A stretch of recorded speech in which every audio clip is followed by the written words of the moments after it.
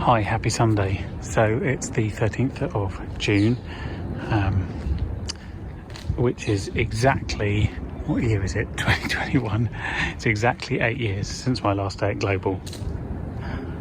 Not that anybody cares, but there we go. I only realised that when I looked at the date, otherwise I wouldn't have been aware. But what I was going to say is, in a week's time, it is summer officially starting.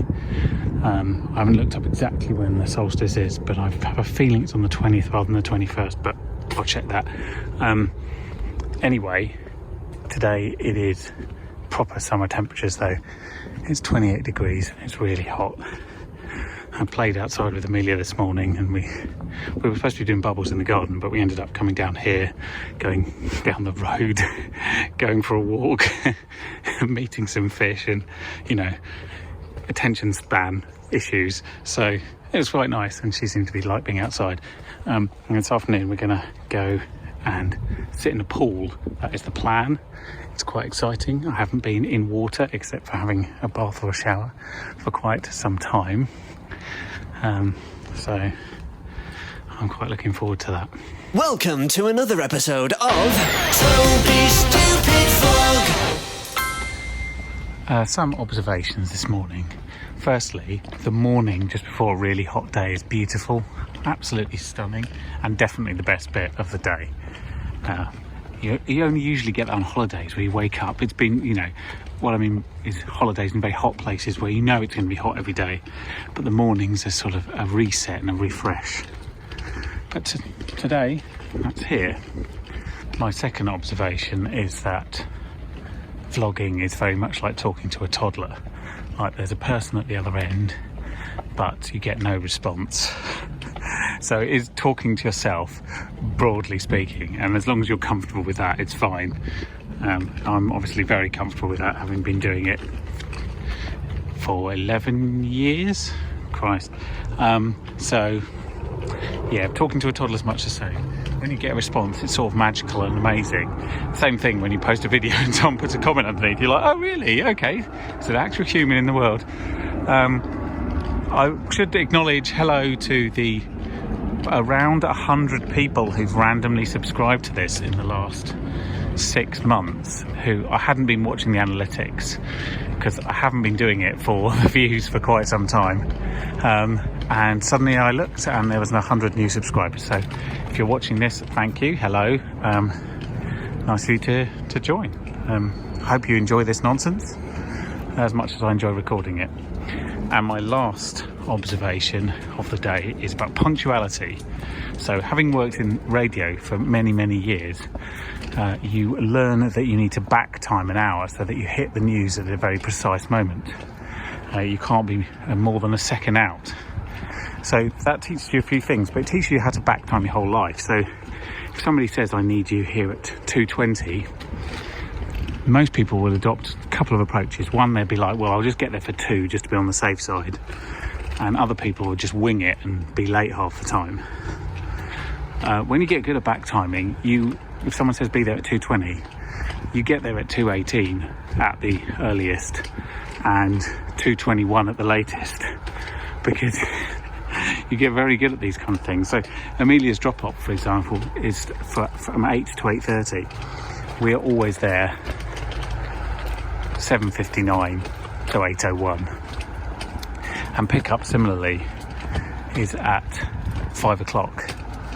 And I'm never there before 5:58, and I'm never there, 4:58, and I'm never there after 5:02, because you just get good at these things. And it's the same for anywhere. It doesn't matter how long the journey is, I'm always within a couple of minutes, obviously notwithstanding extreme circumstances. It's really not that hard to do. You just have to actually bother to research how long it really takes and just prepare. And the reason it's valuable specifically to me as a freelancer is that obviously time is literally money. So if I arrive half an hour early for a project, that's half an hour less I've got to work on something else. So you have to be as precise as you possibly can be. And I've got rather good at it over the years. But as I say, not difficult to do. I'm just always astonished by how few people actually are any good at timekeeping. So I've been catching up on editing vlogs, so I'm currently somewhere in the middle of April, late April. So I'm about just under 2 months behind at the moment. I'll be caught up again in a couple of weeks. But in one of the vlogs I just edited, I noticed I made a comment something along the lines of, one day I'll tell you the story of trying to make podcasts for the Palo Alto network. And I'm not quite ready to tell you the full story yet, but suffice to say, I'm supposed to be recording an episode for this podcast tonight at 5:30 UK time. As of this recording, currently now, we've been working on this project for over a year and we've yet to release an episode. We have recorded an episode and edited an episode and had it signed off, but it's never been released. And so tonight will be episode 1 again. And as I've been sitting here in queue eating my ice cream, episode 2's already been postponed. So this is the story of the Palo Alto Network podcast record and the difficulty it is to record a relatively straightforward podcast between two people talking about online security. It really is very hot today. I've had to come home and shelter. I'm recording a podcast at 5:30 as well. Today, this month, like June 2021, is the first month I can think of in a very long time where I have so much work on, and you can see I'm smiling because obviously this is good. I'm being paid, but I've so much work on. I'm genuinely having to think about where I schedule things. And it's quite an unusual problem to have because I know freelancers don't like saying no to work, obviously, but you have to say yes within the confines of understanding that if you can't do it when you said you could do it, you're going to have to be up in the middle of the night doing it or working on a weekend. 1, 2, 3, 4, 5, 6 podcasts. That's how many I'm doing this week.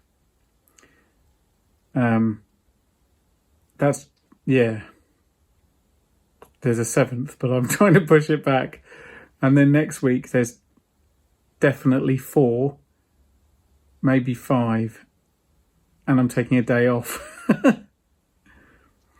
This is a nice problem, but it is unusual, and I haven't had to actually think about this before. So this is why I'm sitting here sort of pondering how to manage this. I'll come back to you when I have an answer. Good morning, happy Wednesday.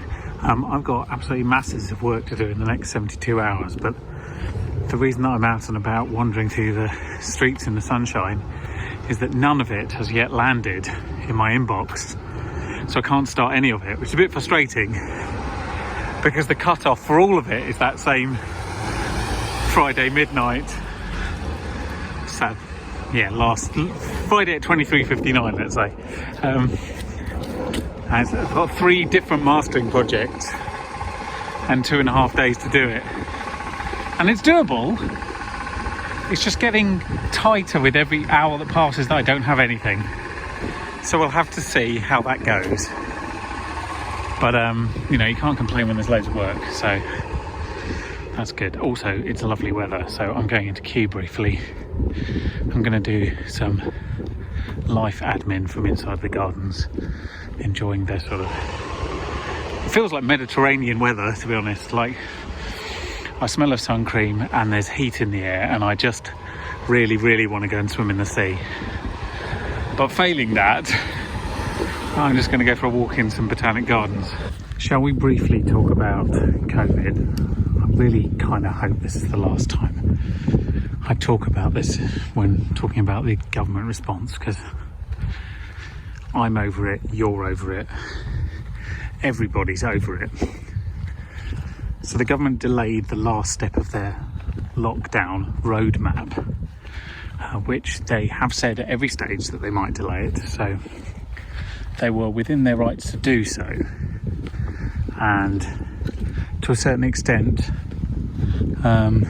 everyone's expectation that we'd just follow the date set out at the beginning maybe was a little naive, but from a business perspective, you have no other alternative. You have to plan to open at the earliest possible date, especially when you're hurting badly because you've been closed for a long time. So a lot of businesses, particularly in the hospitality and travel sectors, have been planning for the 21st of June and have had to spend money up front to get themselves ready for a date that now the government has pushed back by 4 weeks.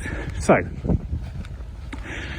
that's a shit show, because frankly they could have given a bit of guidance in advance and help businesses not spend money unnecessarily, but they didn't. So let's talk about whether the government has actually fulfilled its own criteria that it set out. It set out 4 fundamental tests for every stage of unlocking, and whether they were met or not were defined. You had to meet all 4 for the next stage of unlocking to occur.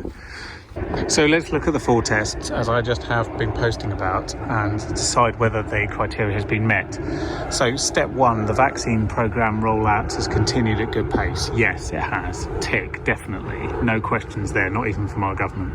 Step 2, the evidence shows that the vaccines continue to provide good effect against current variants and dramatically reduce hospitalisations. They do, and the current data from both Pfizer and AstraZeneca around what 2-dose protection you get against the Delta variant is very good, and it's been well publicised. So yes, 2, check. 3, infection rates do not risk a surge in hospital admissions, potentially overwhelming the NHS. Well, so this is the first one that the government is obviously trying to use as a wangle.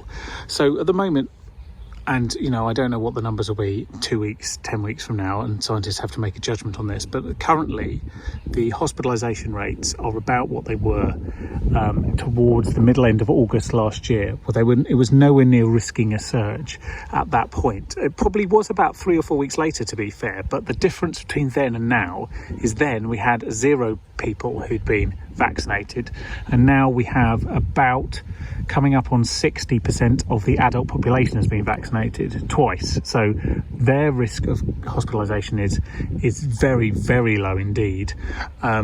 And so it's only the rest of the adult population that could possibly be at risk. Now, the majority of them are young, very young, and in fact the majority of infections recently have been amongst people aged under 40, which is not really surprising, but most of those don't end in hospitalisation, so that the risks to the NHS are no more really than the risks to a large flu bout, which rarely puts pressure on the NHS to any significant level, and certainly not compared with what we've seen before, which is good, but it's not really a risk at this point.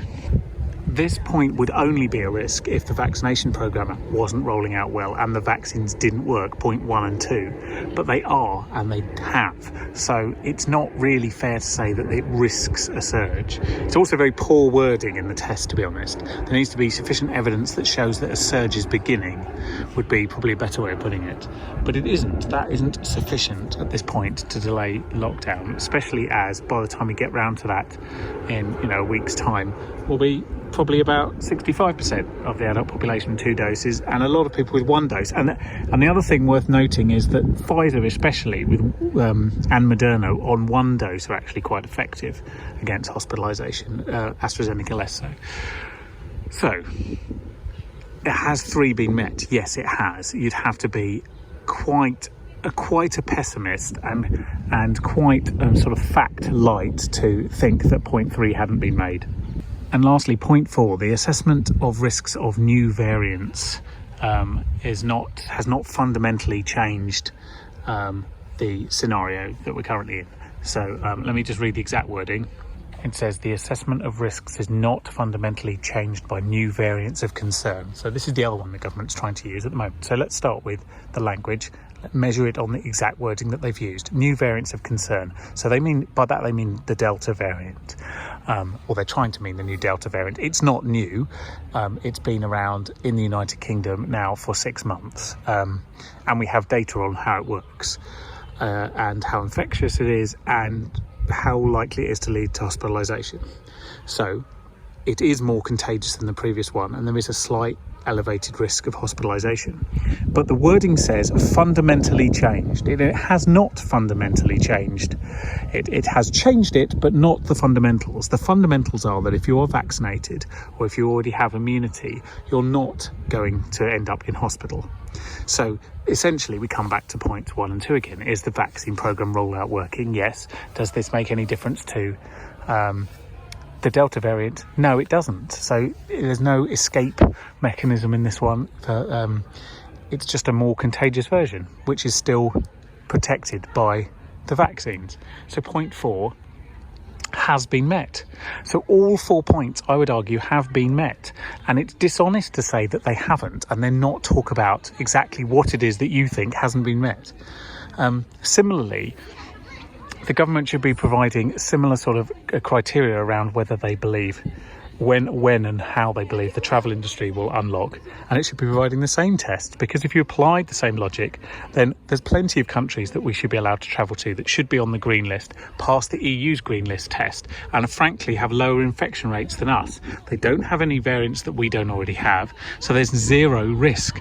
If people do PCR tests or people are double jabbed, there is literally nothing different to them moving from Hertfordshire to Bath. So that is also, frankly, a shambles and needs to be dealt with quick, smart. But it won't be, because this is a government that has so poorly managed the first year of this, that they are now running scared from further cocking up. So now they're going far the other way, and they're going far too cautious, and in doing so damaging business. They should be grateful for how their vaccine program has worked. It's worked fantastically well, and it has given them the opportunity to unlock both travel and the UK as a whole.